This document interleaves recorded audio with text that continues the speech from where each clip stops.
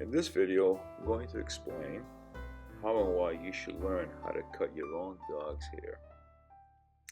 However, first I need to talk about the misconception that you have to be some kind of trainer or a groomer or go to a dog school on learning how to groom dogs. Well, is that true? Well, let's look at it this way. You can go online and take a dog grooming courses and get certified. So what does that tell you? You can do this yourself.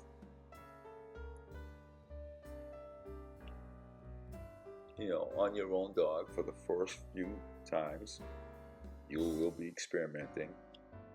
That's what happened to me. But after a while, you will start to learn how to groom your dog. Before you start grooming or decide to even take this path, it's very important and critical that you buy a professional clipper. Just don't go out and buy a cheap $20, $30, $40, $50 clipper. It will not work. Trust me, I've done that. Invest in a good clipper.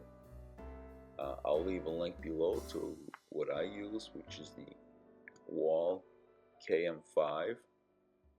Works great.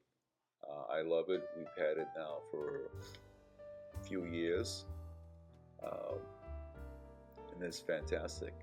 Also, you'll need to buy a smaller clipper if you have a small dog like we have, which we have two small cockapoos. They're probably around 10 pounds, maybe a little bit less.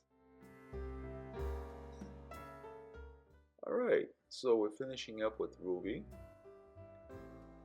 She was very well behaved and she did a great job. And next we're going to start on her sister. They're both cockapoos, but they have different texture here. Interesting, isn't it? So here's Bella. Let's see how thick she is with her hair. She got a totally different type of hair. She's real thick. Let's see what she's like when we cut her. All right, Bella. Before we start, here's a piece of bread. Ruby! Here you go, Ruby. Go.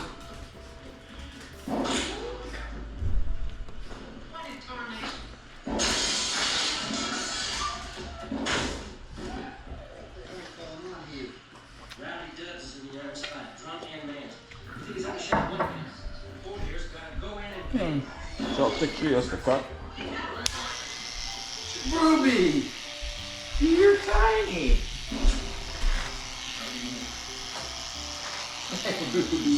You're tiny.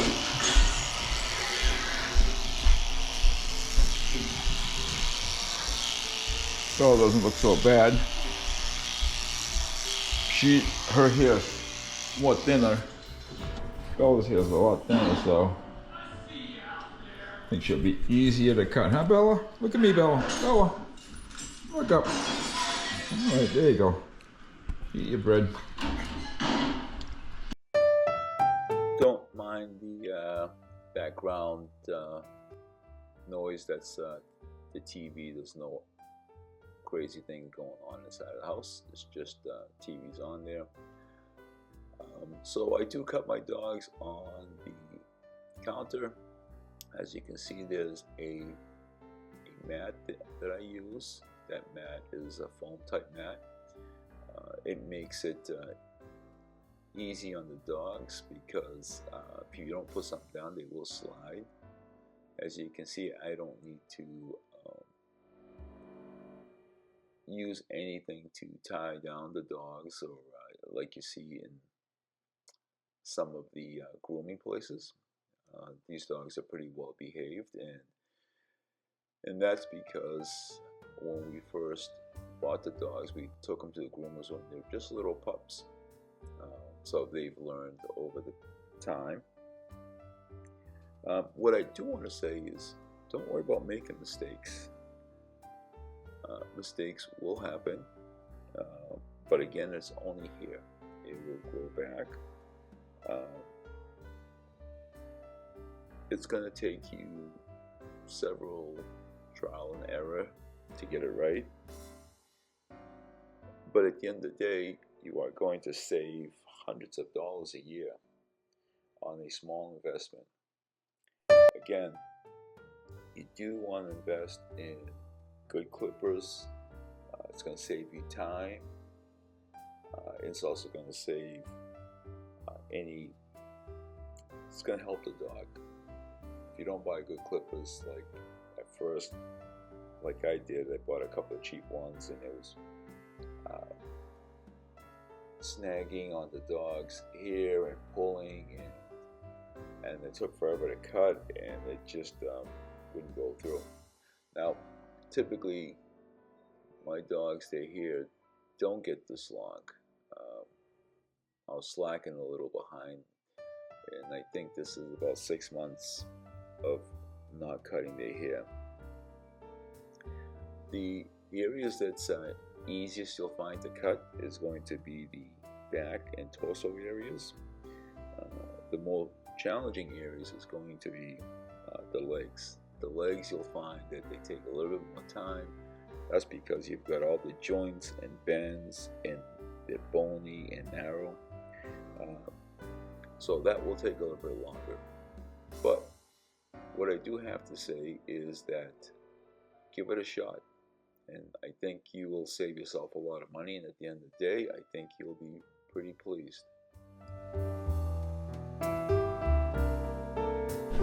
Alright, so here's Bella all cut, completely done. And this is